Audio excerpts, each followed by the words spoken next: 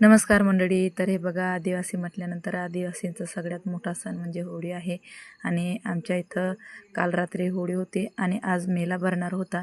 तर आम्ही पूर्ण फॅमिली मस्त असं रेडी झालो होतो आणि फोटो वगैरे शूट केले. पूर्ण फॅमिली रेडी होती. तर आणि नंतर पोचलो मेल्यामध्ये. पूर्ण फॅमिलीच होती, पण थोडी इकडून तिकडे होते. तर थोडे मेंबर काही दिसत नाही आहे. आणि आम्ही मेल्यामध्ये मस्त पोचलो. आधी तर पालखी एन्जॉय केली आणि नंतर पोरांना तर खेळायचं होतं घसरगुंडीवर, तर मस्त त्यांना खेळू दिलं. आणि तसं तर बऱ्याच दिवसांनी हे चालू होतं, तर जास्त गर्दी नव्हती, तर पोरांना खेळायला चांगलं झालं आणि त्यांनी पण मस्त एन्जॉय केलं.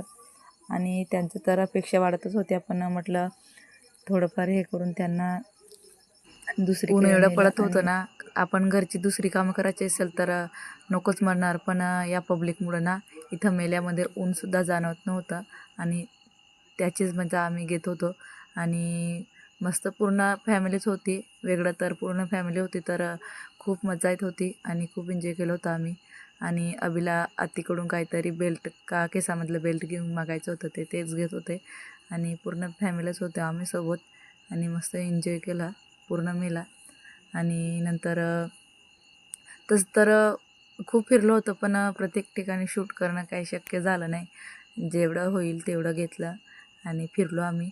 आणि जास्त घ्यायला काही हे होत नाही, धुळामुळं आम्ही जास्त काही घेत नाही मेल्यामध्ये. आणि मस्त एन्जॉय करत फिरलो आम्ही. भांडे वगैरे काही घेतले नाही.